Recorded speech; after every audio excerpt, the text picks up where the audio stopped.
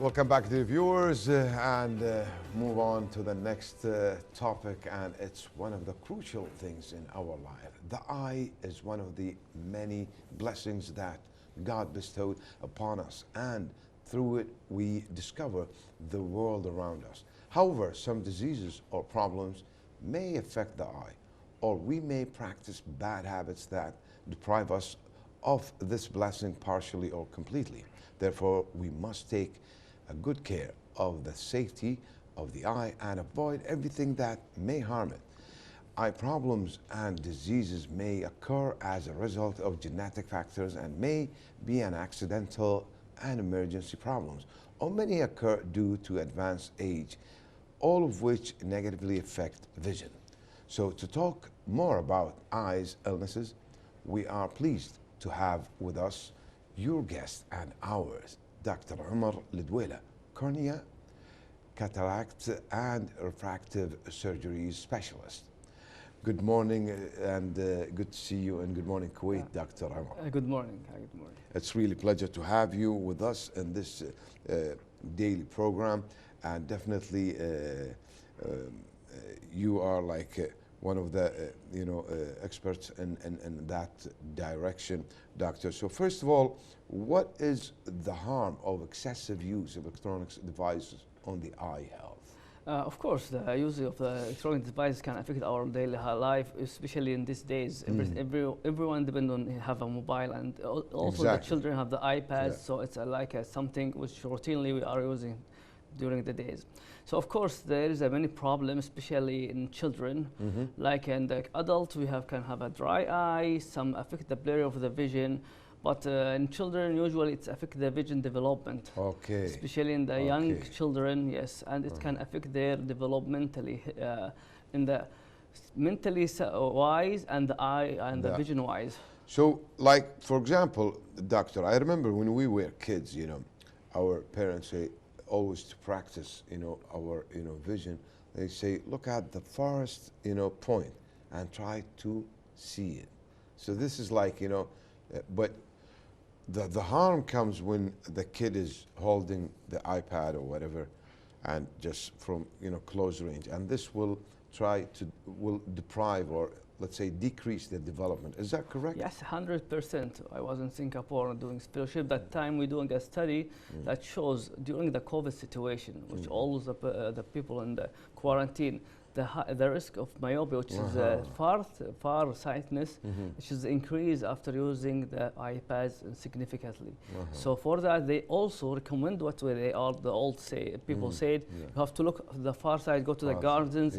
After the COVID situation, it's back life back normal. They told look to the far thing to decrease this problem. Of course, yes. So that's to practice, your far vision. Yeah, so are children, doctor, more affected, than adults in that?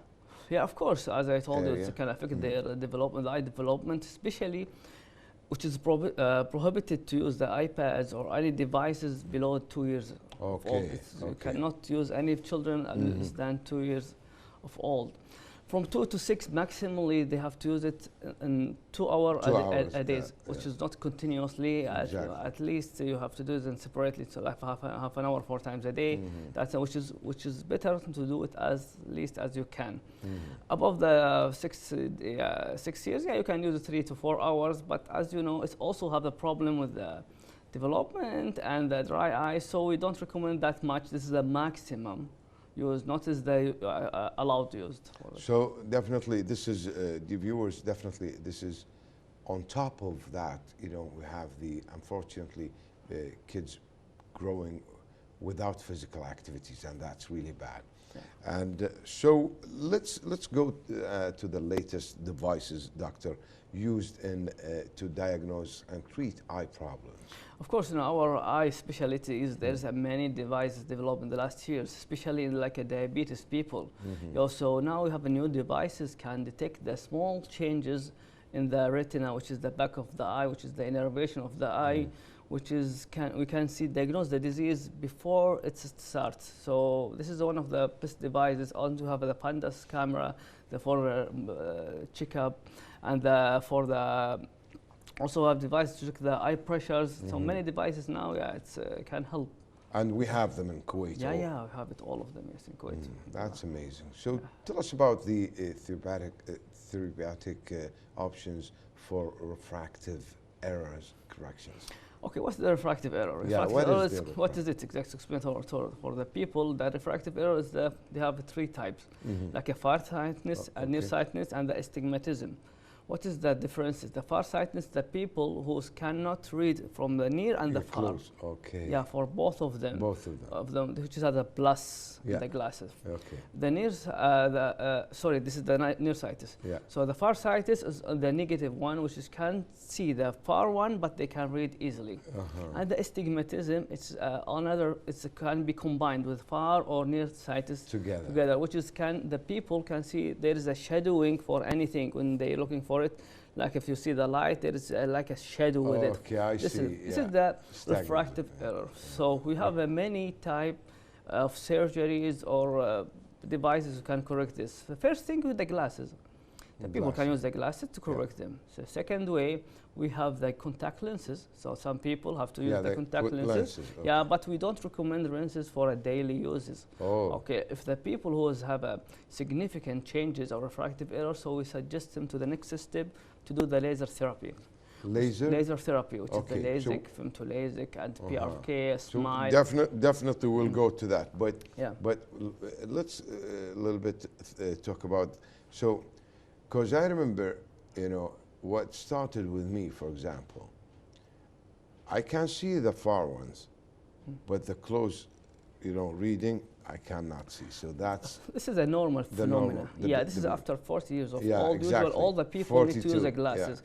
Because you have in the eye, there's a lens. This lens can do some focus, or we call it accommodation. So the focus can accommodate till you see better. And this is like, as we see the monitor, doctor, and you can see it in front of you. The eye, and this is the eye. So that's the lens you're talking about, the one in the middle. This is the cornea, which is in the middle. This is what you said now, the near far sighted. You see. Yeah, the image should be shown as this is the lens. Okay, if you see the image, it's not reaching the center of the retina. Okay. Yeah, it can see the. I see. Yeah, nearsightedness is become near to the lens more. Yeah, to the focal point is to the lens. Of the farsightedness is extend beyond that. Exactly when you can see clear if it's come in the center of the retina. Okay, so basically the intersection becomes in the focal point. Yeah, the focal point in the retina, exactly. So that we use the glasses, it can increase or decrease the focal point depending on this to correct it in the same position. That's really smart, you know. Definitely. So now, where has the development, you know, and laser operations reached to correct visual defects? There is the PRK and LASIK, for example. Can you explain? Okay, so as you see, if you see the cornea, the picture before, which you can see the eye picture. Can we see the cornea, please? Please. Yeah. Okay, so so you see the front part, which is the it's not showing in this picture. This is the cornea, which is the front part of this is the cornea, which we can start doing the laser on it. Okay, I see. Yeah, so this front part we can correct it by the lasers. How we can correct it? Yes, we have the three type of laser, which is most commonly we use it now. Which is the first one is called the PRK. The cornea have 5 layers. The PRK, we do like a laser to remove the first layer and correct the second layer by the laser and wait at least for 5 days till this first layer to come back to its normal. This is the PRK. Okay, what's the LASIK? The LASIK is different. We don't remove the first layer. We cut some of the part of it and remove the flap, and we correct the laser and put it back the first layer without removing it, which is the difference between PRK and the LASIK. This is a painless with the LASIK. No pain, because the removing of the first part can cause some pain and some delay in the vision correction or the to improvement. Okay. So in the PRK is for some patients who have severe dry eye, very thin cornea, which we don't want to cut too much from it. And there's another development now, new devices like a Smile. We come directly from the part of the cornea and go directly to the second part, remove it and go out. Oh. So this is less dryness, and it's not for all patients. We use it only for a high refractive error patients. So which one, LASIK, which one you turn on, you cut the cornea and then you put a lens? Okay, this is a different situation. Oh, this is totally different. Lenses wise. So as we told before, there is a two type of vision correction. The corneal part, and the second type, we change the lens. Some people have like a -20, -18, which is very high refractive error. There we cannot correct it by the cornea. The cornea cannot be placed in this high numbers. So what we do in this situation, we have two types. The first type, which we use this lens, like we call it ICL. The normal person have a normal lens after the iris, which you see it here. We put the same as the glasses between the lens and the cornea, which is your glasses. There's additional lens there that correct it. In some patients with cataract surgery, with a cataract, what we can do there, we can change the lens with another lens and correct the vision if they have some cataract. So there is many types. There's plenty of time, definitely.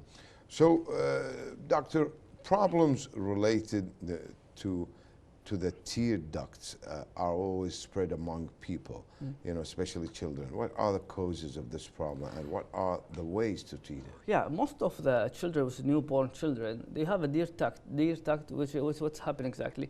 If the tear comes to the eye, it's have to evacuate this tear where it can in the nose. So there's a duct from here to the nose. Okay. Most likely some of the children, this duct is not developed well during birth. So it's need around 1 till 1 year of old to develop. So the child have the tearing outside the eye. So usually 90% of them after 1 year they will improve. Heal, Some of the people, like 10% of them, this duct have some fibrosis or some blockage inside it. In this situation, we go to the second step. We can open this blockage, or sometimes if it's very hard block, so we need to do some surgery to open the duct. I see. So for eye secretions, what are the normal, and when do you need to go to the doctor? Of course, the secretions are not normal, of course. Sometimes, like if we see there's a tearing, or normal tear, that could be like a severe dryness. Some people, like sometimes some people, they play football, and when they run, they sprint, and the air, the cold air hit them. They start, tearing. This is because cold exposure to the air can cause a dryness. So the brain compensate that there's something problem, so they are start to tear to cover the door. So you can see his tear. Yeah, that's true.